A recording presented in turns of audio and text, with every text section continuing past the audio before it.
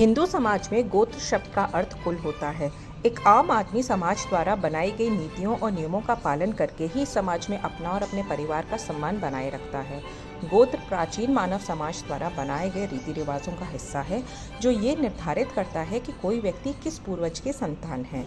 एक वंश के सभी वंशज मूल रूप से एक ही पूर्वज से संबंधित होते हैं। गोत्र का महत्व इतना अधिक है कि प्रत्येक पूजा या ऐसे धार्मिक अनुष्ठान में जहाँ संकल्प किए जाते हैं, पूजा करने वाला पंडित यजमान से उसका गोत्र अवश्य पूछता है। पुराने ज़माने के लोग अक्सर अनेक गोत्रों को जानते थे।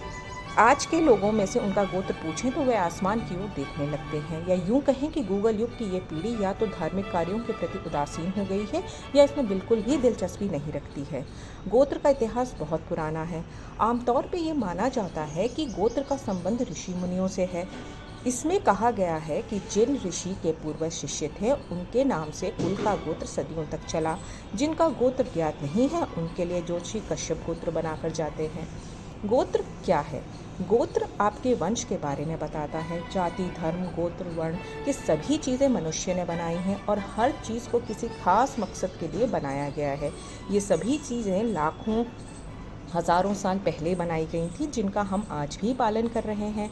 इसका पालन करने का मुख्य उद्देश्य ये है कि हम अपने स्तर पर सम्मानपूर्वक अपना जीवन व्यतीत कर सकें और अपने पूर्वजों से पीढ़ी दर पीढ़ी जो हमें विरासत में मिली है, उस स्थान के नियम कायदों का विस्तार कर सकें। आपको पता होगा कि हमारे देश में समाज को 4 वर्णों ब्राह्मण, क्षत्रिय, वैश्य और शूद्र में बांटा गया है। कुमार, रावण, राजपूत, वैष्णव आदि अनेक प्रकार की जातियां बनाई गई हैं। इसके आधार पर सभी लोगों को अलग अलग जातियों और वर्णों में बांटा गया है। जब जाति का विभाजन होता है तो इसके बाद अलग अलग गोत्रों का निर्माण हुआ, जिसके द्वारा प्रत्येक जाति के लोगों को अलग अलग विभागों में विभाजित किया गया। समाज या जाति के लोगों के लिए भी ये किया जाता है और एक गोत्र के स्त्री पुरुष आपस में विवाह नहीं कर सकते, क्योंकि एक गोत्र में आने वाले सभी लोग भाई बहन कहलाते हैं। मुख्य कुल कौन से हैं? मुख्य गोत्रों की अगर बात करें तो 7 गोत्र हैं, जो 7 ऋषियों के नाम पर आधारित हैं। अत्रि, भारद्वाज, भृगु, गौतम, कश्यप, वशिष्ठ, विश्वामित्र। गोत्र मुख्य रूप से विवाह में प्रयोग किया जाता है। हिंदू धर्म में विवाह निश्चित होने पर दोनों पक्ष एक दूसरे का गोत्र जानते हैं। यदि दोनों का गोत्र समान हो तो विवाह निश्चित नहीं होता। माना जाता है कि यदि उनका गोत्र एक है तो वे एक ही गोत्र के होते हैं। ऐसे में उनके बीच खून का रिश्ता होता है।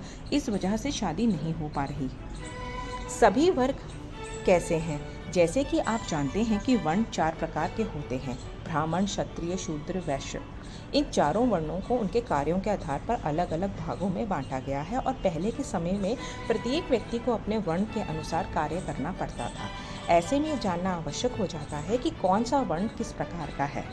ब्राह्मण वर्ण इस वर्ण का सबसे उत्तम वर्ण माना जाता है। इसका कार्य पूजा करना, हवन करना, विवाह आदि कराना था और इनके सभी कार्य धर्म और संस्कृति से संबंधित थे। क्षत्रिय वर्ण इस वर्ण में राजपूत आदि समाज आते हैं और इस वर्ण का कार्य राजनीतिक व्यवस्था को संभालना तथा अपने क्षेत्र के लोगों के शत्रुओं से रक्षा करना है। ये वर्ण राजाओं और सम्राटों के लिए बनाया गया है। वैश्य वर्ण इस वर्ण के लोगों का कार्य आय व्यय, खेती, पशुपालन आदि का हिसाब किताब रखना और उसकी जानकारी रखना है।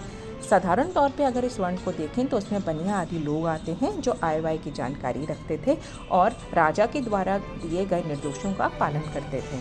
इसके अंदर अलग अलग जातियां आती हैं। शूद्र वर्ण इस वर्ण के लोगों को गांव के बाहर रखा जाता था। इस वर्ण के लोग अपने राज्य के लिए गुप्तचरों का काम करते थे और राज्य के लोगों की रक्षा का काम करते थे। इस प्रकार 4 वर्ण बनाए गए हैं। इन वर्णों में अनेक जातियां हैं। इन सभी जातियों को उनके कर्म के आधार पर इन वर्णों में विभाजित किया गया है। अपना गोत्र कैसे प्राप्त करें या अपना गोत्र कैसे जानें?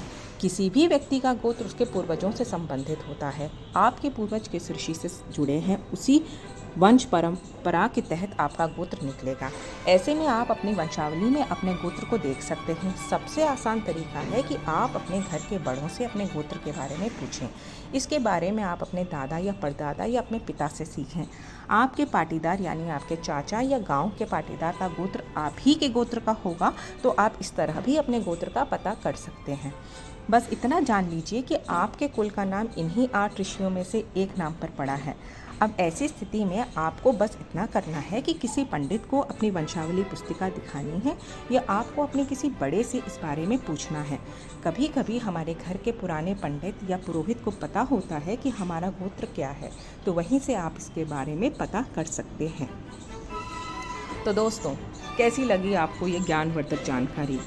अगर आपको ये ज्ञानवर्धक जानकारी पसंद आई तो हमारे इस वीडियो को लाइक और शेयर करें, चैनल को सब्सक्राइब करें। मिलते हैं एक और नई वीडियो के साथ। तब तक अपना और अपने नियर एंड डियर वंस का ख्याल रखिए और खुशियाँ बांटिए। शुक्रिया। Take care.